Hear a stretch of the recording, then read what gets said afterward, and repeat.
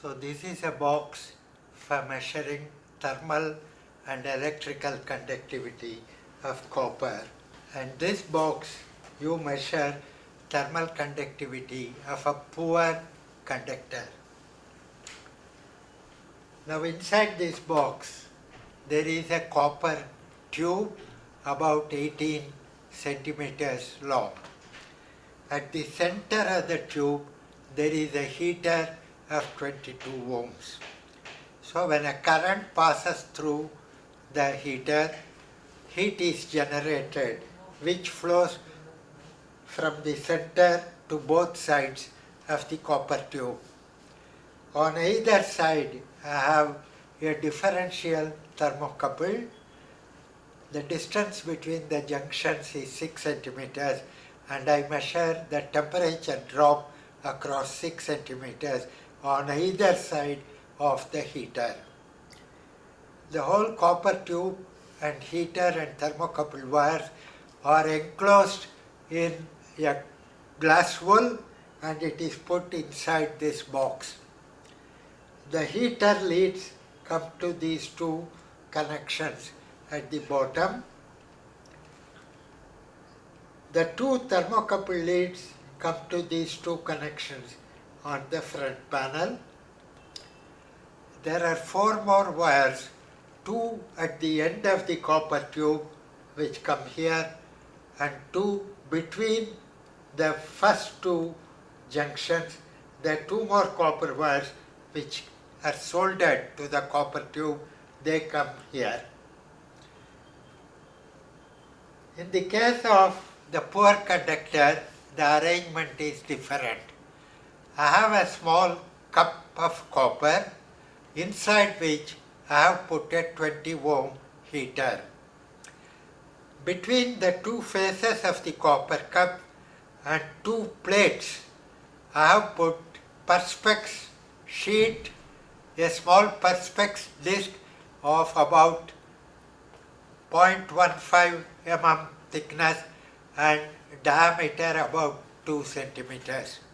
So there are 2 such discs on either side of the copper cup and they are pressed to the copper cup by means of bolts and nuts.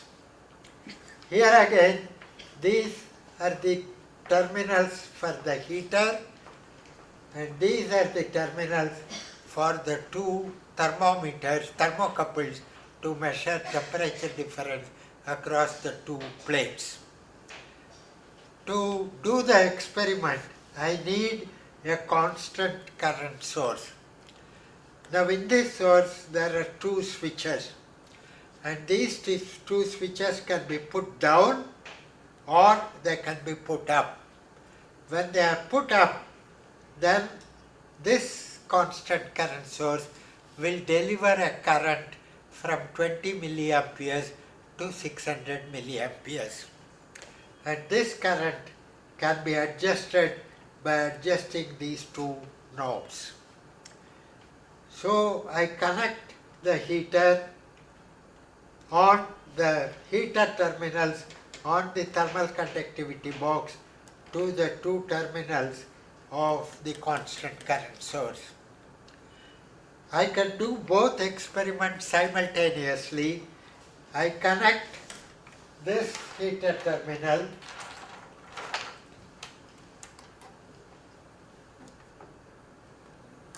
to the red terminal on the constant current source. Then I connect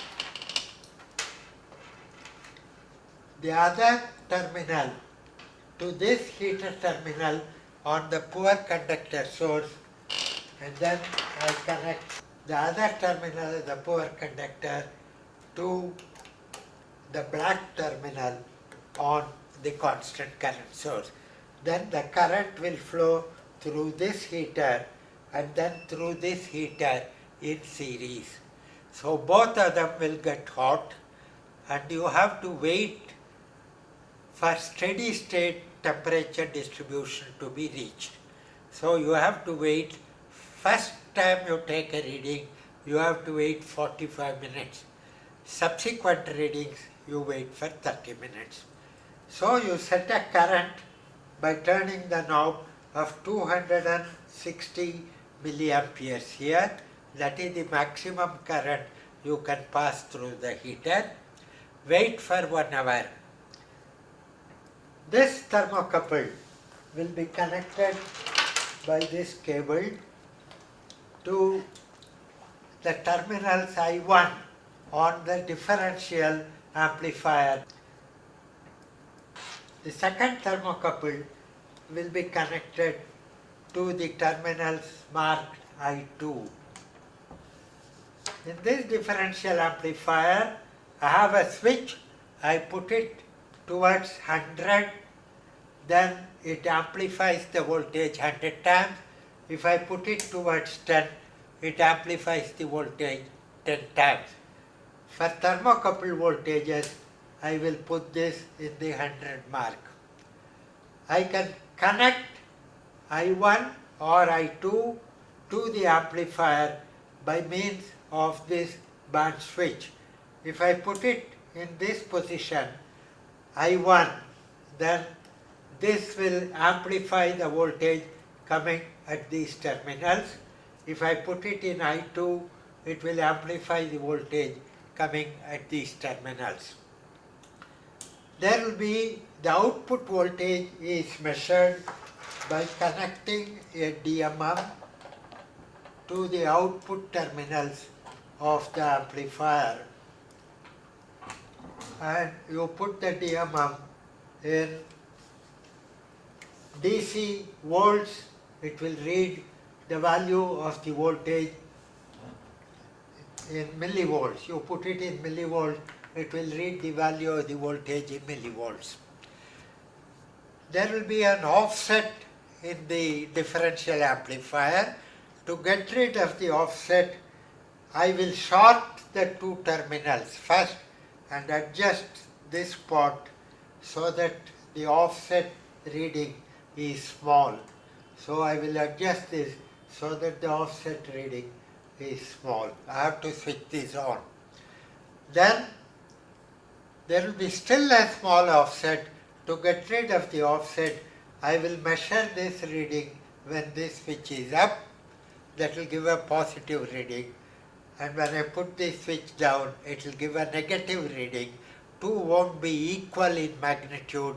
So I subtract the second reading from the first and divide by 2, I get rid of the offset. So I get the temperature difference. I can calculate the heat input because heat input is square of the current multiplied by the resistance, that is 22 ohms here. I can calculate what is the temperature difference on this side of the heater and what is the temperature difference on the other side of the heater.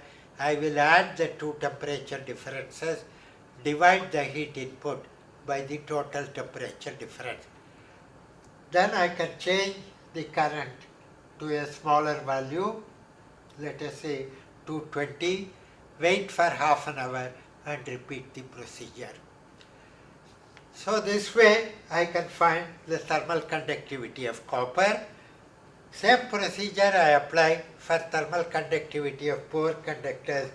I connect these two here, then it will measure the temperature drop across the two perspex discs. I can measure it on the same meter using the same amplifier. So simultaneously I can measure thermal conductivity of copper and thermal conductivity of a poor conductor. Copper has a thermal conductivity about 1200 times or even more, 1500 times thermal conductivity of perspex, but I can determine both thermal conductivities at the same time.